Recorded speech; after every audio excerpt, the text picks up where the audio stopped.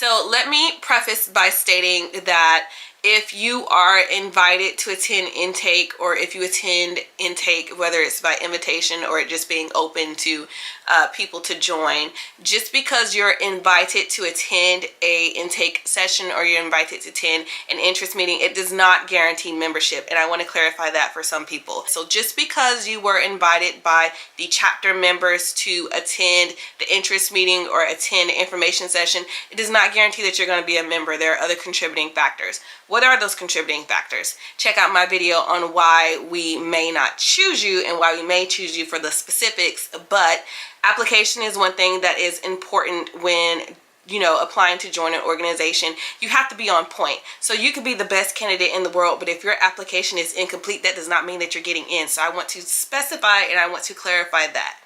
You have to make sure that you're on top of your game as well. It also matters that you were invited, but in addition to that, it matters how you present yourself and how your application and how your interviews go too. It's not just because this organization invited me, this chapter said that they wanted me, I'm getting in, right? There's no guarantee that you're getting in, because you have to also have the other things that matter. You have to have the GPA, you have to have the community service. So if you're not meeting those requirements, you can't state that you're going to get in. You can't be that confident. You have to be a little realistic. So I want to set you guys up for that. Next, the other thing that you're going to want to pay attention to with transitioning from an interest to a candidate is following the steps. So attending an information session is important. Making sure that you're on your P's and Q's is important, but it's also important for the chapter to know you.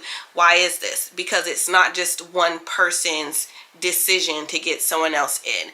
And this is where it kind of gets a little confusing, or a little like, why is that? I can't really express to you why it is. I'm not in your chapter members' heads. Sometimes the advisor has say so over who they allow in. Sometimes it's just one person on the yard, and that one person can't have the sole like deciding factor. They have to talk to their advisor. So it depends. So you have to bear these things in mind when you're considering, or when you're interested in joining an organization. Like, what are the what ifs? I want you guys to be aware of those things as well. So it is sometimes a little nerve-wracking when you think that you're doing a really good job, and then you go to the interview and you're trying to figure out why they didn't pick you. They could have not picked you because your interview didn't do well. They could have not picked you because your application was incomplete. You have to make sure that you're on top of these things.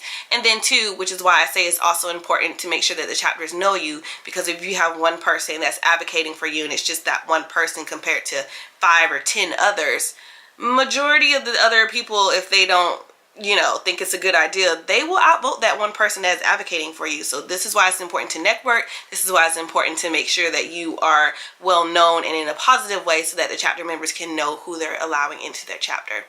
Graduate chapter is a little different. Advisors are not on the yard as much as the undergraduates are. So the undergraduates have a little bit of a better sense of who would be a good fit, but graduate chapters have the wisdom to be like, you know what, I don't think you realize how this girl or that guy does this and that, so I don't think that'd be a good look for y'all's chapter.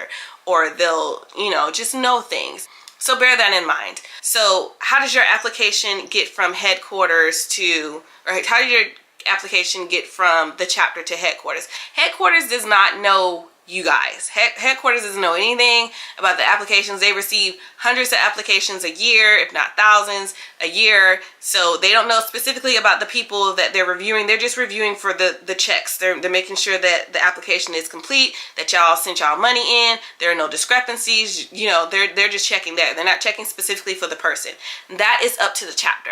Chapters check that information in advance. So you may be the best candidate in the world. If that application is not done or missing something, it's automatically going to kick back. This is why I say that the application process is a little different, or it can be. So for some of you who think that it's just, I've applied, I'm automatically going to get in, they like me, it's not always that. So make sure that you have these things. Make sure that you're on point. Make sure that you're building relationships. Make sure that you have everything completed. Whatever they ask you to do in the application, make sure that you have it, because if you don't, these could be the reasons why you're not accepted to join the organization. So that's typically how the process works. So if any of you have any questions about this process, or I can't give you like specifics, but it's like an overview.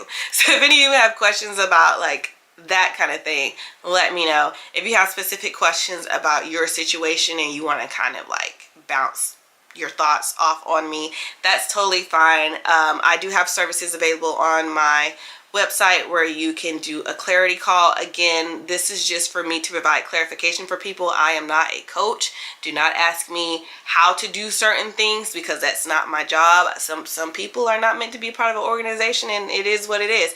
I'm not coaching anybody.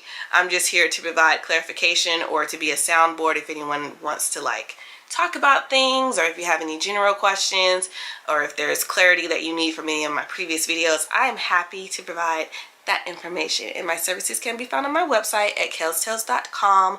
Feel free to book a clarity call. I've also changed my services through my intake prep courses, so make sure that you are looking at that information. We have updates on our mock interviews and reviews for like letters and resumes, so feel free to check that out. But if you like this video, give me a thumbs up. If you found it helpful, give me a thumbs up. Questions, put them in the comments or message me. But again, if you have very specific questions that are specific to you, consider booking a clarity call so that we can clarify it together and it's kept strictly between us. You don't have to worry about it going anywhere. It's not like I'm gonna remember it anyways. So feel free to message me if you have any questions related to that. But I hope that you guys like this video, and I'll see you guys in my next one. Bye.